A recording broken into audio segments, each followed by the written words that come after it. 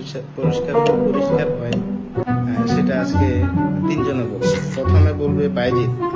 বাইজিৎ, এখন যে তুমি স্কুল থেকে আসার পরে কিভাবে পরিষ্কার পরিচ্ছন্ন হও বলো।